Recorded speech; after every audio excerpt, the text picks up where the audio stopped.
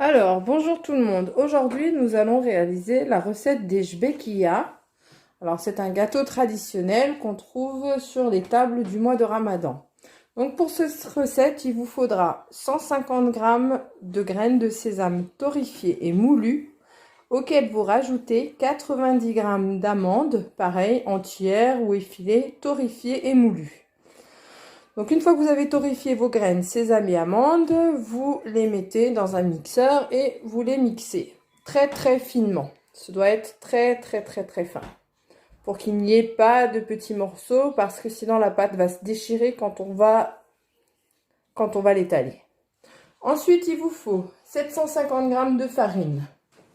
Il vous faut 90 g de beurre fondu, 90 g d'huile d'olive. Il vous faut 300 ml de liquide.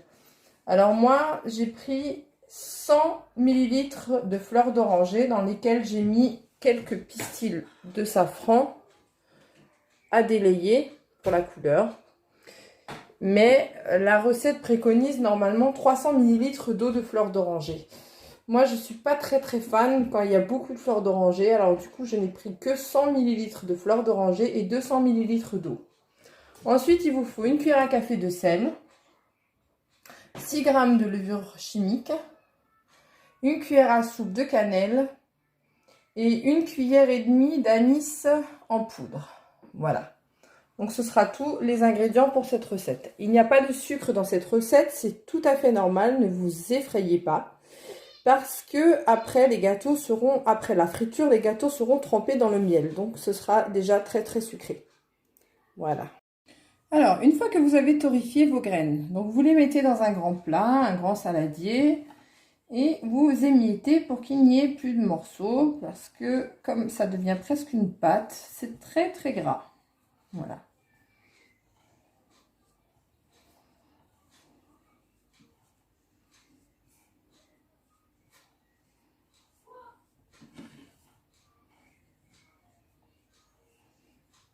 Voilà. À ces graines, vous allez rajouter les épices. Donc la cannelle et l'anis.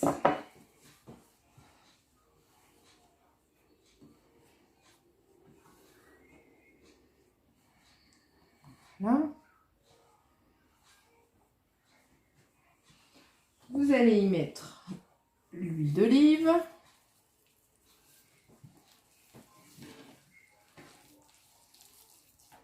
Et vous mélangez bien.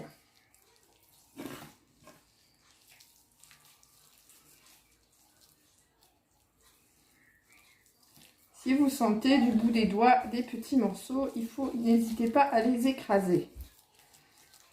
Ce n'est pas des grumeaux, mais c'est la poudre d'amande et la poudre de sésame torréfiée. Alors, une fois que l'huile, voilà. Ensuite, vous allez y rajouter le beurre. Pareil. On délaye bien.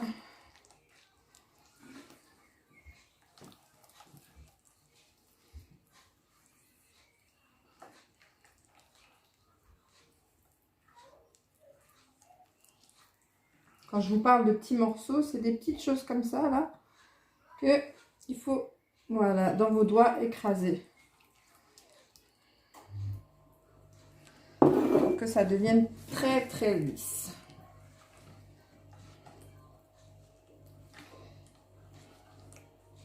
Ensuite, on va y ajouter le sel, uniquement le sel. Voilà.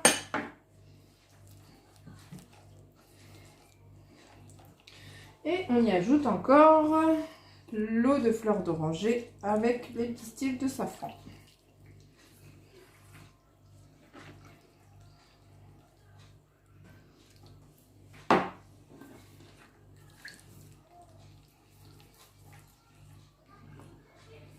Et vous mélangez bien.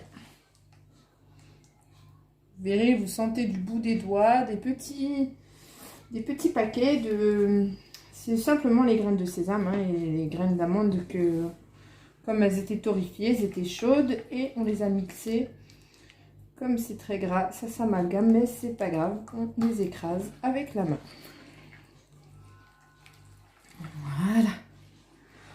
Si vous voulez le faire dans le robot, vous pouvez aussi le faire dans votre robot, il n'y a aucun souci.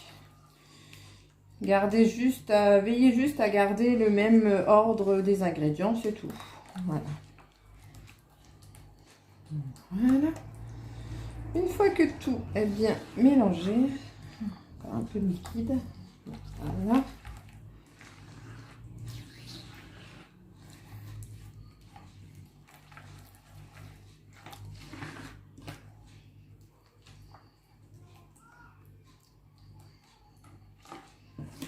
Voilà, très bien.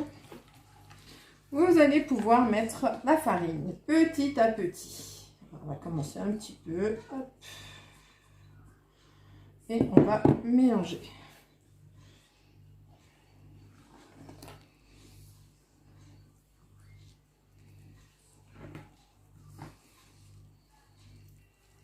Donc il vous faut les 750 g de farine. Hein. Voilà. On a mis un peu de farine. On va délayer avec notre eau.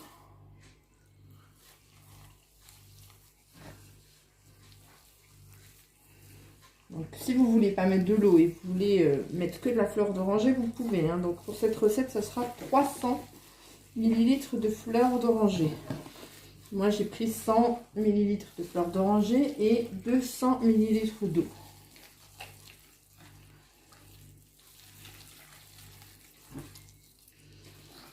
On va mettre toute l'eau.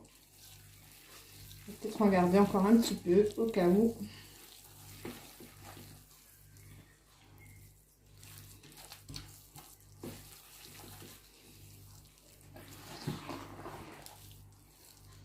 Tout petit peu. Hop.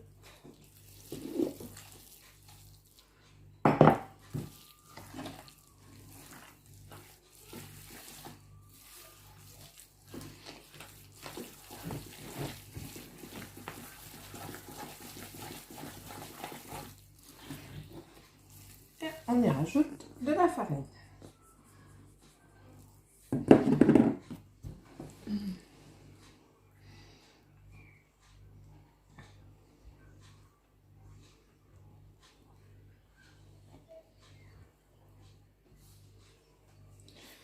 Et on y met la levure.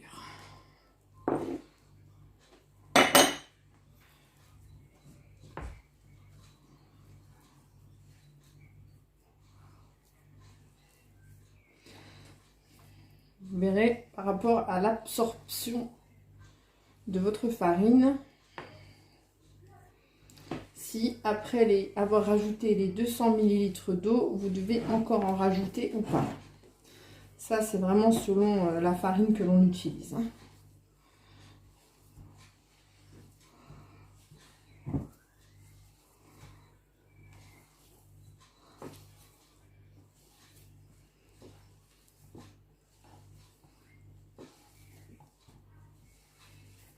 On rajoute le reste d'eau.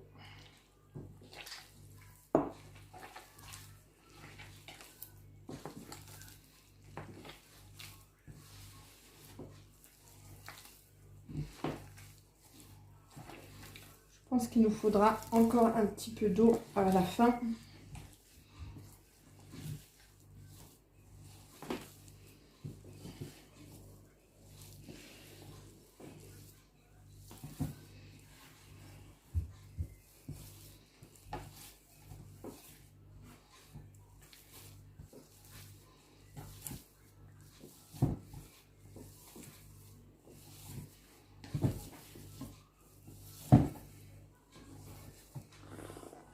Le reste de farine.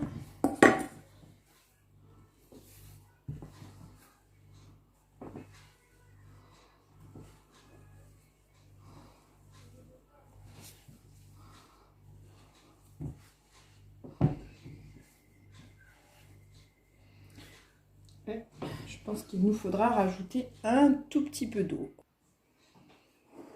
On met un petit peu d'eau.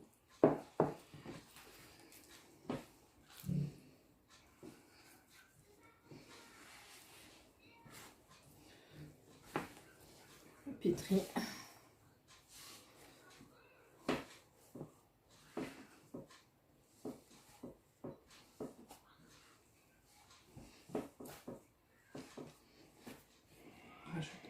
encore un tout petit peu d'eau. C'est vous qui devez voir, hein. Il faut obtenir une pâte assez molle, mais en même temps qui se tient bien, parce qu'il va falloir la laisser reposer un petit peu et l'étaler après comme une pâte brisée à peu près, hein, la texture d'une pâte brisée.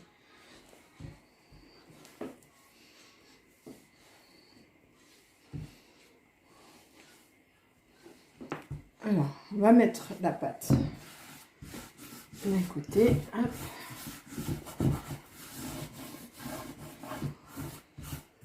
On va rajouter un peu d'eau ici.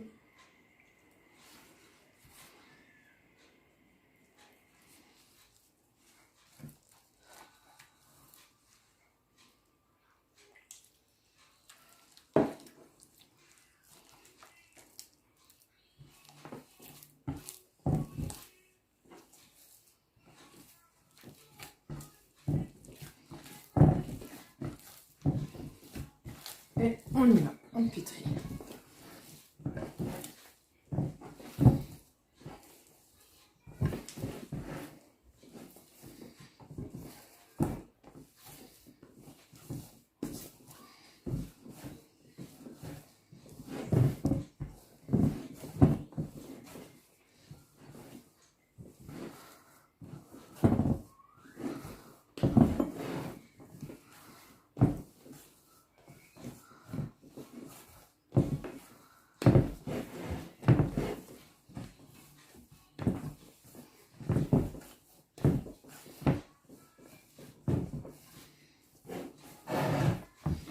On ramasse tout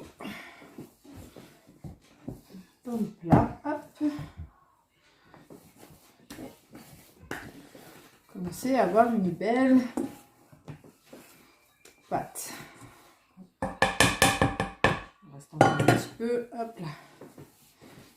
Et on y va, on pétrit. Si vous avez un robot, hein, vous pouvez sans problème mettre votre pâte dans le robot.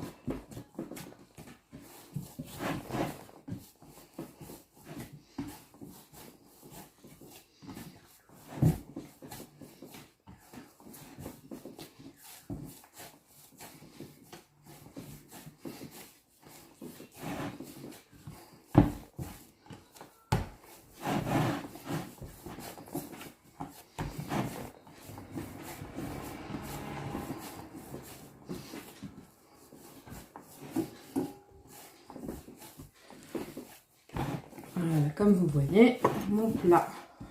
Je vais tourner un peu, récupérer tout.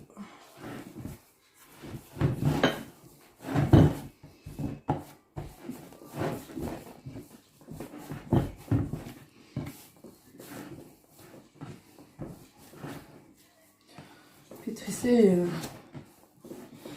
un bon 5-10 minutes, hein, après.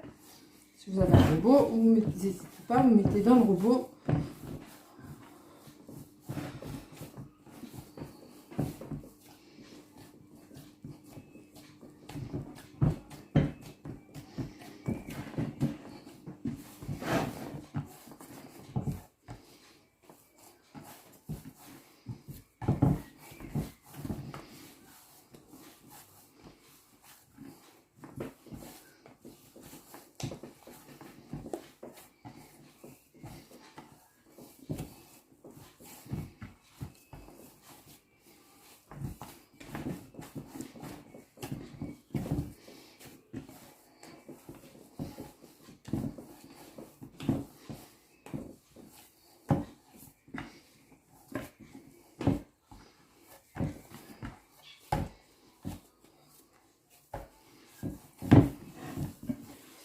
Voilà, on forme une boule, une belle boule de pâte. Voilà. Voilà, vous voyez. Et l'empreinte de mon doigt, elle revient. Voilà. Et on laisse reposer une petite demi-heure. Hein. Alors, ma pâte n'a pas tout à fait reposé 30 minutes. Hein. Au bout de 10 minutes, je coupe la pâte en 6 morceaux. On va la couper en 2. Et chaque morceau, on coupe en 3. Voilà. Après, on fait des petites boules. C'est quoi ça? On va mettre cette fois-ci Maman, ça c'est quoi? dans un sachet parce que la pâte sèche très vite. Voilà, on forme des boules, un deuxième. On divise la pâte parce qu'on ne pourra pas l'étaler en une seule fois. On prendra chaque boule une par une et on laissera les autres dans le sachet pour que justement elles ne sèchent pas. Voilà. 4. Alors voilà déjà un sac avec 4 morceaux de pâte. Et je vais prendre un autre sachet. Pour mettre les deux autres. Mes sachets de congélation sont un peu petits.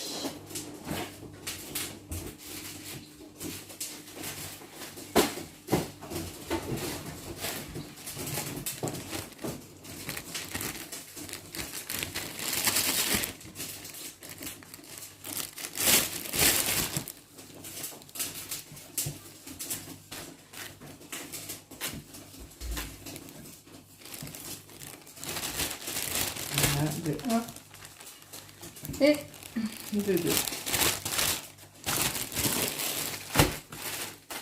Voilà, une fois que c'est fait comme ça, on va aller chercher notre rouleau à pâtisserie et on va laisser reposer ça quelques minutes, juste le temps qu'on commence.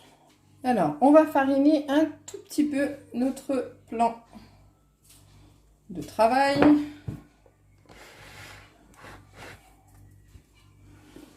Voilà, hop.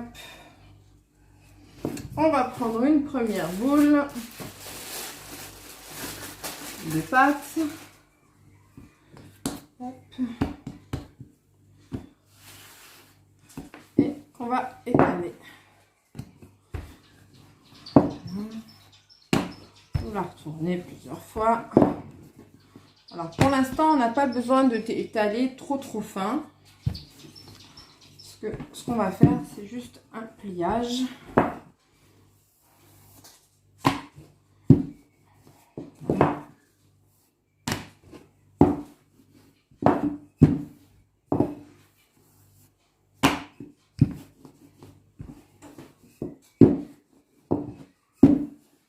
Si vos poudres, vous n'arrivez pas à les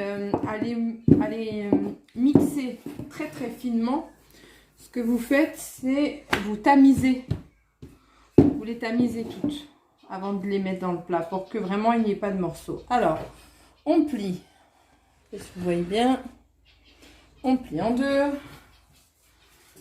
et plie en 3 et voilà, on fait des petits carrés et on prend une autre boule de pâte et on remet celle-ci dans le sachet.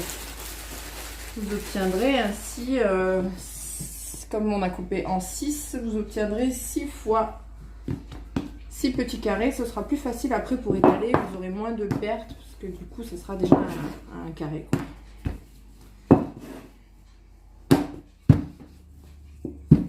Alors après vous verrez pour les formes, il existe ce qu'on appelle un emporte-pièce spécial pour Jbekia que je n'ai pas.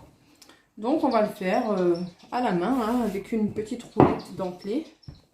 Et ça va très bien aussi. Ça vous prendra un peu plus de temps. Donc, du coup, si vous êtes à 2 pour faire cette recette, c'est toujours mieux. Voilà, en 1 et en 3. On rabat chaque bord. Et on obtient encore un carré qu'on remet dans le sac et on prend une autre. Voilà. Et on refait la même chose avec toutes les boules de pâte. Je vous remontre encore une fois le pliage. 1 et en 3 pour obtenir une bande. Un d'un côté et de l'autre. Et vous obtenez un carré. Et on a encore 3 à faire, du coup. C'est très important que vos graines soient bien moulues finement. Parce que si vous avez des morceaux, du coup, quand vous étalez la pâte comme ça, bah, ça vous fait des morceaux et ça risque de vous déchirer la pâte. Donc plus c'est fin et mieux c'est. Voilà maintenant nos 6 pâtons de pâte pliés et qu'on a mis en sachet pour pas que la pâte elle dessèche, et vous laissez poser un petit quart d'heure, ça suffira. Le temps de préparer un linge propre pour poser après les gâteaux dessus pour qu'ils sèchent. Soit un linge, soit vous prenez vos plaques de four, que vous mettez un papier sulfurisé dessus et que vous poserez les gâteaux pour les laisser sécher le temps que vous faites, tout le reste de pâte, quoi. Vous prenez, alors moi j'ai ça. Après, vous prenez ce que vous avez, mais il faut une petite roulette avec des dents pour pouvoir découper la pâte, parce que je n'ai pas d'emporte-pièce pour faire les shbekia. Alors, vous reprenez une pâte. Cette fois-ci, il faut vraiment l'étaler très finement. Alors, vous mettez un tout petit peu de farine, pas trop, pour que pas ça colle. Mais il faut vraiment que ça soit très fin. Pas plus de 2 mm d'épaisseur. Hein. Si vous avez un, comment ça s'appelle la machine, un laminoir à pâte, où vous mettez votre pâte pour faire des lasagnes ou peu importe quelle pâte vous faites, bah vous pouvez le prendre, ce sera beaucoup plus facile. Donc vous passerez la pâte dans le laminoir plusieurs fois afin d'obtenir vraiment l'épaisseur qu'il vous faut.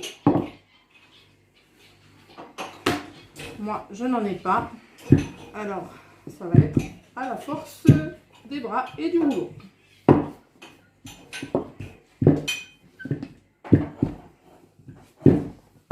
Alors, comme vous voyez, de ce côté, j'ai préparé mes plaques avec le papier sulfurisé pour poser mes gâteaux une fois formés.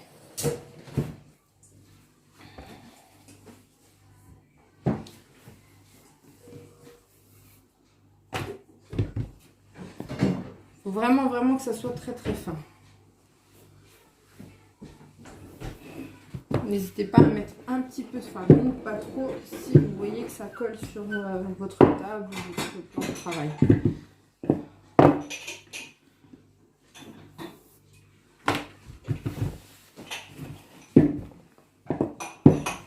Alors, je dirais que j'y suis presque à mes quelques millimètres.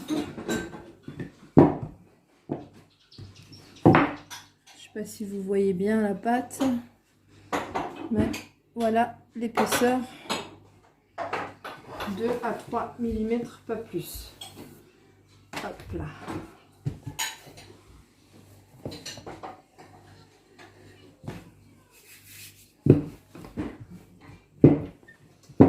Alors, ce que vous faites,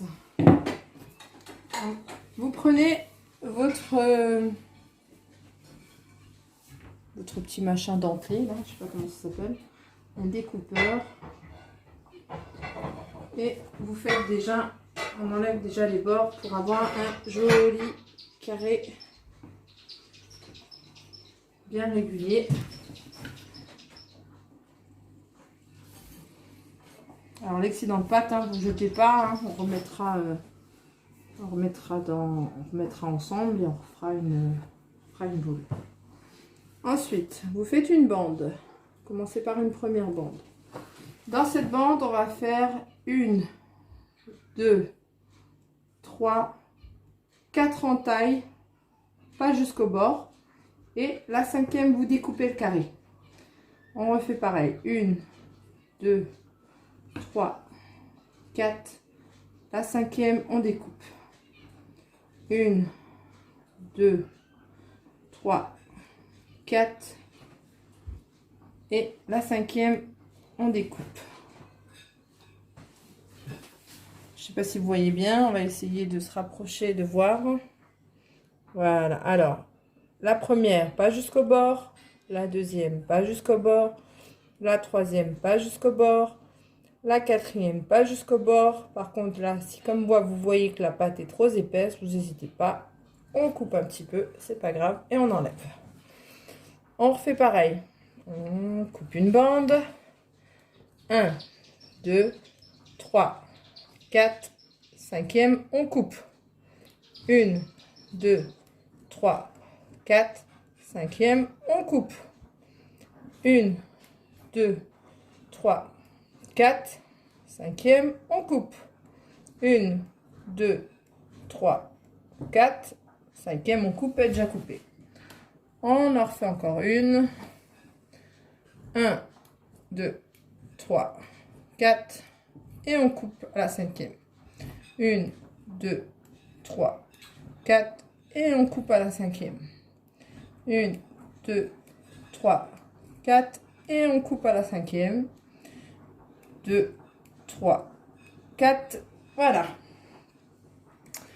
On peut faire cela aussi, bon, ils seront un peu plus petits. Donc 1, 2, 3, 4, on coupe à la cinquième. 2, 3, 4, on coupe à la cinquième. 1, 2, 3, 4, on coupe à la cinquième. 1, 2, 3, 4, et on coupe.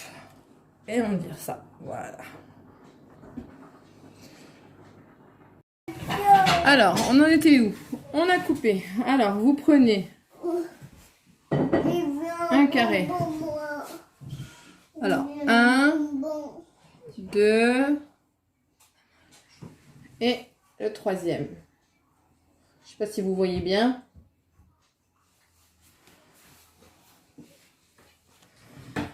Quand vous avez pris une bande sur deux, vous serrez bien les deux extrémités et on replace les bandes par-dessus l'autre. Voilà, donc une fois, une. Et la troisième aussi, comme ça, par-dessus. Voilà, on a les trois. On pose délicatement.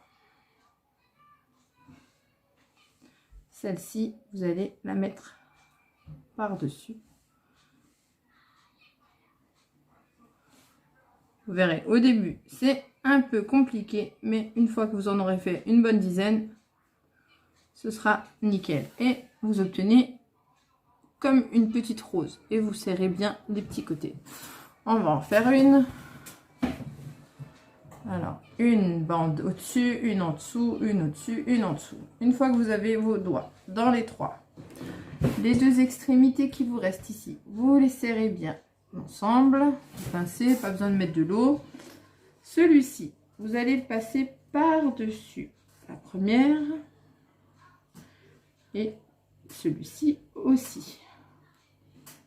Vous voyez, je ne sais pas si on voit bien, vous avez les trois bandes superposées.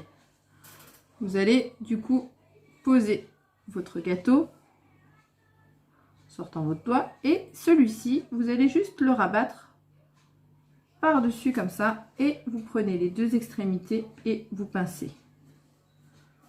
Et vous en avez un deuxième.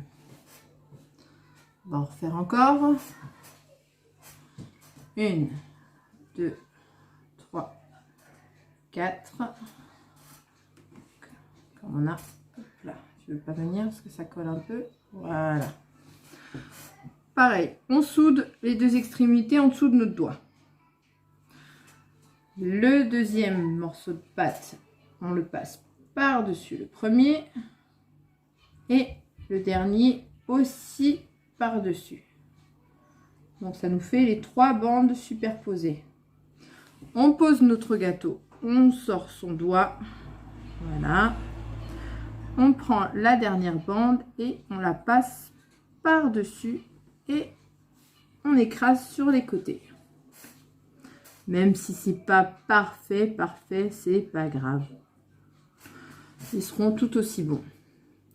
Vous pouvez aussi aller voir sur internet, il y a peut-être des pliages un peu plus simples, mais moi je trouve que celui-ci,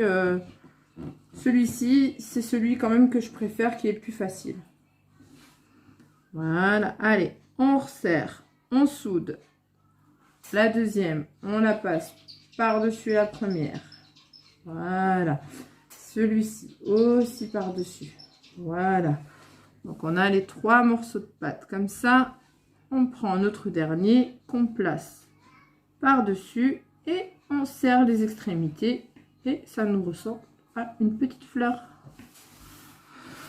Et voilà. Et on continue ainsi de suite avec toute la pâte pour écouler tout. Là, on est dans le premier pâton, mais on a 6 pâtons à faire. Voilà. Je vous montre le dernier. Alors, par-dessus. Celui-ci aussi par-dessus.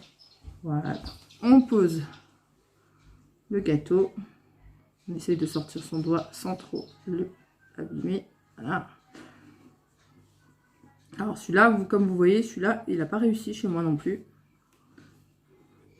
Mais c'est pas grave. Hop. Voilà. Ça nous fait quand même une petite fleur. Voilà. S'il y en a qui ne marchent pas bien, bah, c'est pas grave, hein. Vous cassez, vous mettez la pâte avec le reste et puis vous reformez une boule et vous réétalez, vous refaites pareil avec tous. Voilà.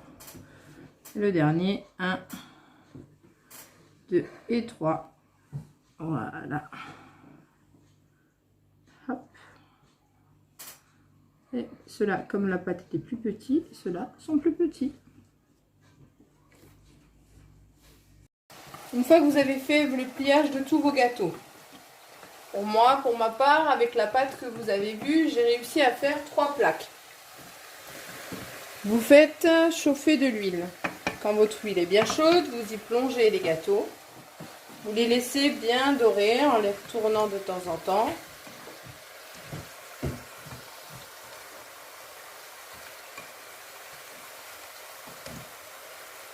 Après, vous les plongerez dans le miel. Donc moi, j'en ai déjà dans le miel. Et là, je les laisse égoutter et je rajoute des graines de sésame. Donc une fois que ceux-là sont prêts, on les met dans le plat de service. On égoutte ceux qui sont dans le miel.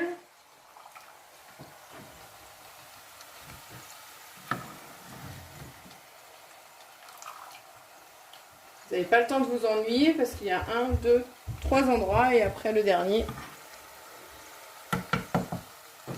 Alors le miel doit être, une fois que le miel est bien chaud, vous pouvez l'éteindre et quand vous voyez qu'il s'épaissit, vous le rallumez. Il ne doit pas être bouillant, il doit juste être chaud. Voilà. Et j'attends encore un petit peu pour cela. Je saupoudre de sésame. Moi j'en mets beaucoup parce que j'aime beaucoup. Si vous n'aimez pas, vous en mettez moins. Et voilà. Alors quand ils sont bien dorés, comme ceci environ, on les met dans le miel chaud. Laissez bien égoutter de l'huile au miel.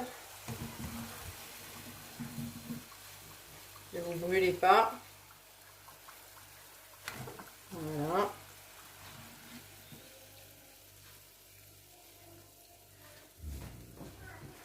Voilà. Vous laissez un peu dans le miel. Le temps d'en reprendre. Et c'est reparti. On réitère l'opération jusqu'à épuisement de tous vos gâteaux. Donc avec les 750 g de farine que j'ai pris, j'ai réussi à faire à peu près 140 gâteaux, 140 pièces. Et pendant ce temps, ceux-là, on les tourne aussi, qui s'imprègnent bien du miel de tous les côtés.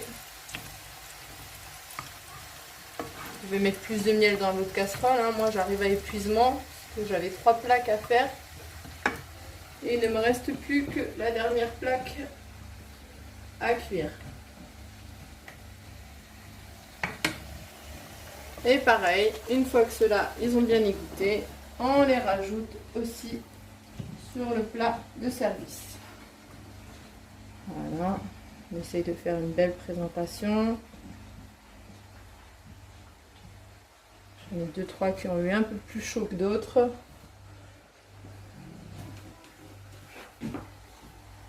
Et pareil, on sort de nouveau ceux de l'huile, ceux du miel.